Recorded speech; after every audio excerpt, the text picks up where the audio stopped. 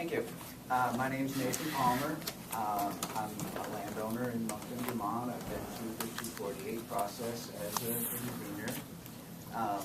I've also been, grew up in a family business, and I've been involved in business my entire life. One of the things that comes to me in my mind is that we have a lot of good people working in a lot of state agencies, and if there was a way that we could get the politics out of this situation so that the landowners and the people that are involved in doing this pro se could use some of those resources, it would be a lot easier on the landowner. It would be a lot easier on the whole process. My experience, in my business world is I have dealt with every agency in the state, and there are amazing resources there.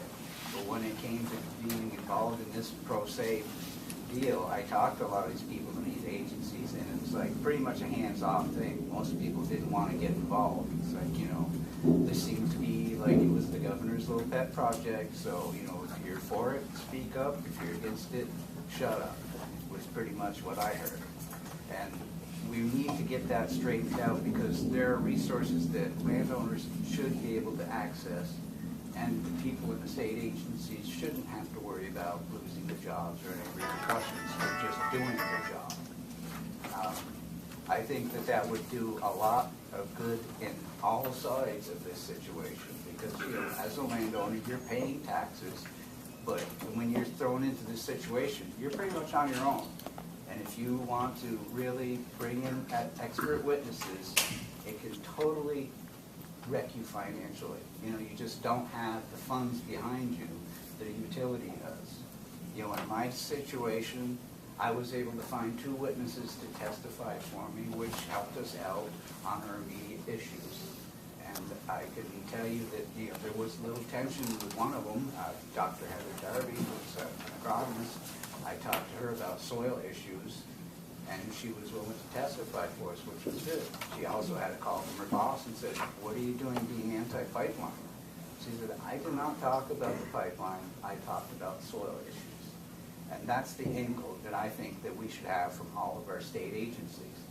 We should be able to access those agencies, and we should be able to get them to give their opinion on their particular situation, not necessarily what their personal view is, but what their professional view is.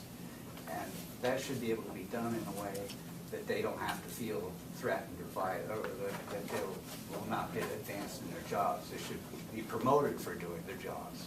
It's like everybody that works for someone has to answer to a boss. And if you're worried about going up against your boss, that can be bad for your job. But in a situation like this where it has such big impacts, that's one of the easiest places for people like myself to get resources is through our own state agencies. And we have some excellent people working in our state, so we should be able to tap into that and use that. Now, I don't know how you do that. Jane's version is, just take the politics out of this. That's really what needs to be done. And I know that makes you grin and laugh, but that's what you got to do. It's like it would just make everybody feel a lot easier, and it's a resource that you can use right here. Okay. Recently, Governor Shumlin was on Vermont Edition, and he was asked about the pipeline decision, and he said pretty specifically that was a policy decision.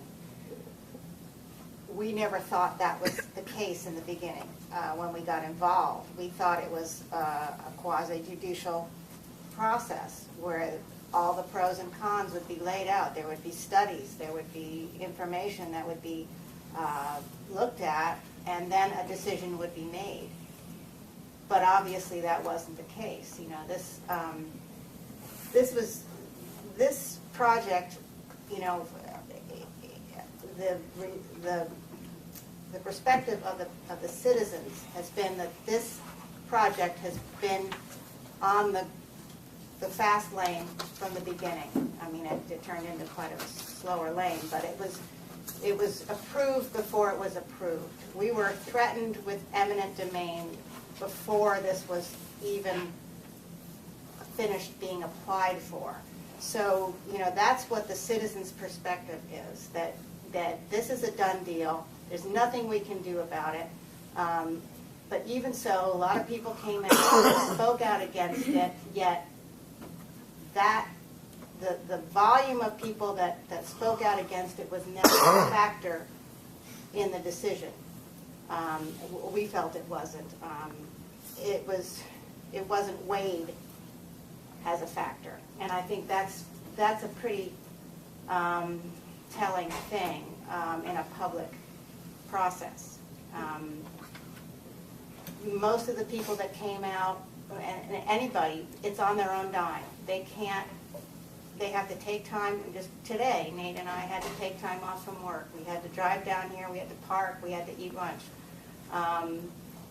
Everybody else that works for the state is being paid. You know, that's an unfair playing field from the beginning. And that was what I noticed in the beginning of the Public Service Board hearings, is that the people that got up in support of the project were paid to be there. They were either a part of an organization that was paying their wages, or they worked for a business that was supporting it. There were very few, maybe one or two people that actually came out on their own dime to support the project. Everyone else put their own time in to say against it, to say things against it, and that was on their own dime. I mean, I can't enforce that enough. That it costs people to get the truth out, and that's and to get their opinions out, and that should not be. And I don't know how you can. I don't have a suggestion how to rectify that, but I do think it's something that people have to be aware of that are making these decisions. I know when you had your first meeting, you asked June, I think she was the one that answered, you know, what does it cost to participate in this? You know, it's not like there's a filing fee. What it's cost us is 3 years of our life. You know, by the time we got to the actual proceedings, we had over 1,000 hours invested in this whole process. You know, and that's a lot of time for your average person to put into it. You know, and most people just get bogged down and worn out. You know, whether they agree with the process or not, it's very overwhelming, and that's why I'm suggesting that we need to have a way that we can access some professional help that we already have in our own state agencies. You know, because if you go out and you have even 5 questions, and you have to hire 5 experts to validate what your question is and try to put your point of view forward, you've got more invested in the process than you'll ever get out, you know, whether it's right or wrong. You know, your average witness, you know, we've been told was $15,000 to $20,000. You know, your average person doesn't have that kind of cash to put into it. You know, and people, you know, it's not like, you know, everybody is out there just because they want to be out there and are protesting something. They're there because they have legitimate concerns and issues that they want to have raised and answered. And you know, we really need to have a way to do that, because it's just so overwhelming, and there are just getting to be so many of these issues that need to be taken care of. You know, it's not any one project. You know, all of them are going to have feedback, and they're going to have landowners that are going to have issues, and you need to find a way to be able to help the landowners through that whole process without them feeling like they've just been walked on. You know, when you have, you know, hundreds of people that say no to a project, that should have some weight, you know, and it should be tallied up, you know, and it should be put into the evidence. It's like, well, you know, we think this is a good project, but 5,000 people said no. You know, it's like, that is a point, you know. Okay, thank you. Judge Mello, you're up first for questions if you have any. I just have one question for you folks, Mr. Palmer, Mr. Palmer. So the Department of Public Service, the Public Service Board decides these things. The Department of Public Service was created by the legislature to represent the public interest. To what extent did you make any effort to work with the department and access their engineers and experts? And to what extent did they cooperate and help you? Well, we did try to reach out, you know, I mean, we even sent a letter to Governor Shumlin and said, hey, you know, we need help. And he said, well, call Louise Porter at the Public Service Department. She'll help you out. And we did reach out to Louise, and she said, well, actually, she started out with, you know, like, why are you calling me? It's like, well, the governor told us to. She goes, really? She says, I'd like to see that email. It's like, we even sent her a copy of it. You know? But it's like, it was pretty obvious going into it that the Public Service Department, you know, has their agenda, and it's not taking care of what our agenda is. The Public Service Department supported this project before it was approved by the board. They were publicly supporting it. Chris Recchia went on record saying this was a good project, so it didn't make sense to us. And we talked to Chris. He came to our house and sat in our kitchen for about an hour and told us what a good project this is. And that didn't indicate to us that he was going to help us in any way. So this is Chris Recchia. I feel like I need to, respond to that. I think the department did not weigh in on whether we thought this was a good project or not for a long, long time after in the process as it was going forward until we had to file testimony. I did go to your house. I enjoyed visiting with you guys. I did look around. I saw what the issues were. We continued to work with VGS to resolve those issues for you to the point where we talked about the depth and the location of the easement and trying to avoid interfering with your farmland. Eventually, that actually got moved off your land, and that was involving our staff and our work in addition to other stuff. And I'm sorry you don't like the project, but we tried to minimize the impacts to you, and we tried to work with you on that. And that's I'm not going to say, and I never said that the project was bad for either the environment or the other citizens that could benefit from it. I did try to appreciate how the impact was occurring to you and to resolve that, and I think we did. Chris, at one of the technical hearings, I asked you who your boss was. Do you remember that? Not particularly, but I And know you who my said boss is. The governor. Right. When you work for someone, you do their bidding.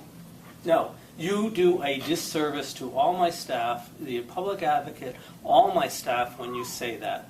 And Jane, I care about you, I care about your opinions, but this constant refrain that the department is doing the governor's bidding is wrong and unfair to all the staff, the good staff that they describe. Well, I'm sorry, I know you're not. There's a small, vocal, very loud group that are saying that. Small. Yes, sorry, and too bad.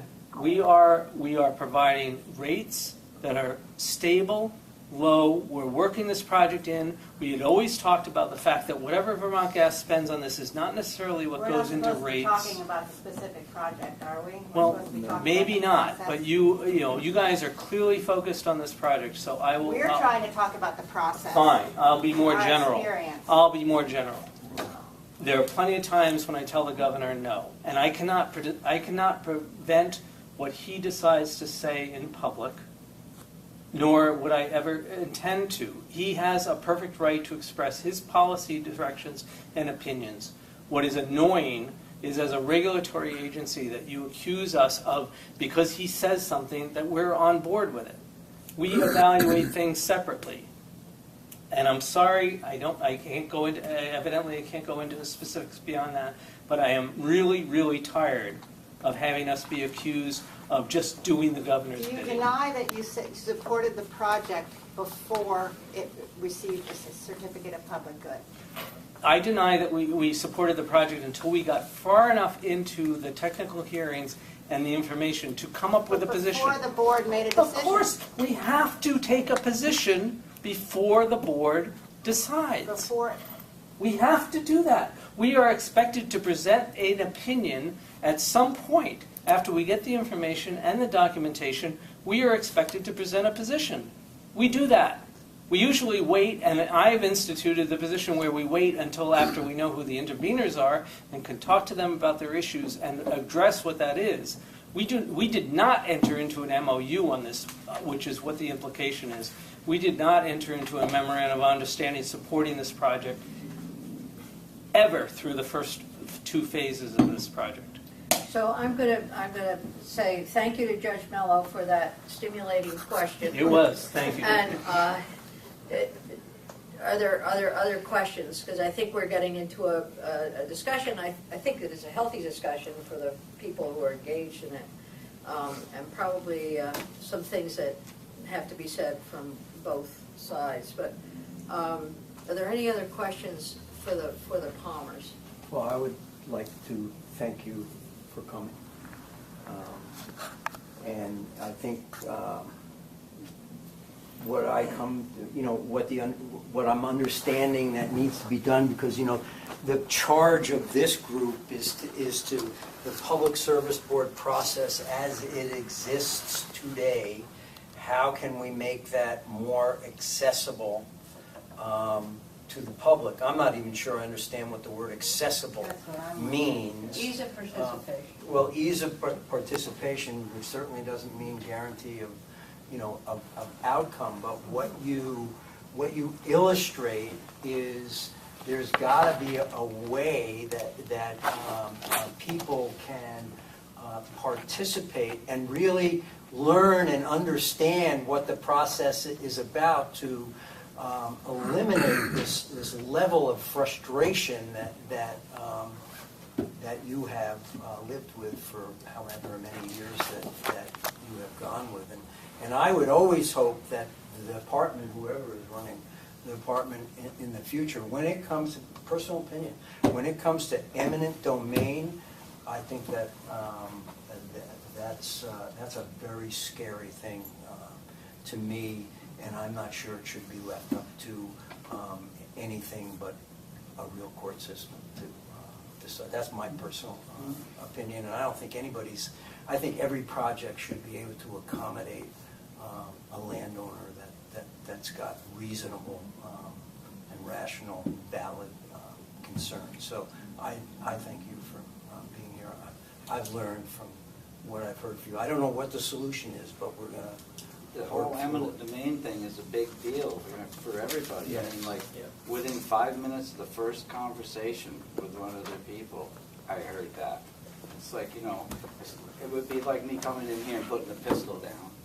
It's like, don't worry, we're going to have a conversation, we're going to negotiate. I probably won't shoot you as long as the negotiation works They're out. going well.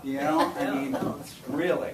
But remember, every permit process, okay, whether it be through the 250 process or the 248 process, the process itself, the given is that unless there are extraordinary circumstances that can't be met, permit's going to be issued for that. I mean, that's for anything. I mean, that's why we have Walmarts that are built. The permit's going to be issued. It kind of really doesn't make you feel like there's much of a chance when the outcome is the permit will always be issued. It's whether the conditions of that permit can be tailored in a way that it mitigates whatever needs to be mitigated. But that's the way that it's not just Vermont. That's the way we'd have no development. Otherwise, I'm not defending it, but that's just. Yeah, but the whole thing with the whole eminent domain thing is, that's different. It's a threat, and most people cower to it. Right. For me, it just Right. pissed me off. Right. It's like, okay, really? No, You're talking about I think that's the taking whole my point. land because you want to do a feasibility study? I don't think so, kid. Right. No, I share that. And that's something that should be dealt with in a different way. I mean, true, that's not what is going on here, Right. but that's the way the utility is handling it, and that is something that's just poor form. I agree. You just shouldn't be allowed to do that kind of crap. I think a number of us have been exposed to that kind of threat that is very intimidating. So I appreciate your comments. Thank you. Yep. Yeah, thank you very much for coming. I know that you were hesitant in the beginning, and appreciate your taking the time to think things through and to bring us what you shared, and because I think it will help us. I hope, We're working on it, so it's all we can hope is for a better system. very much appreciate it. Thank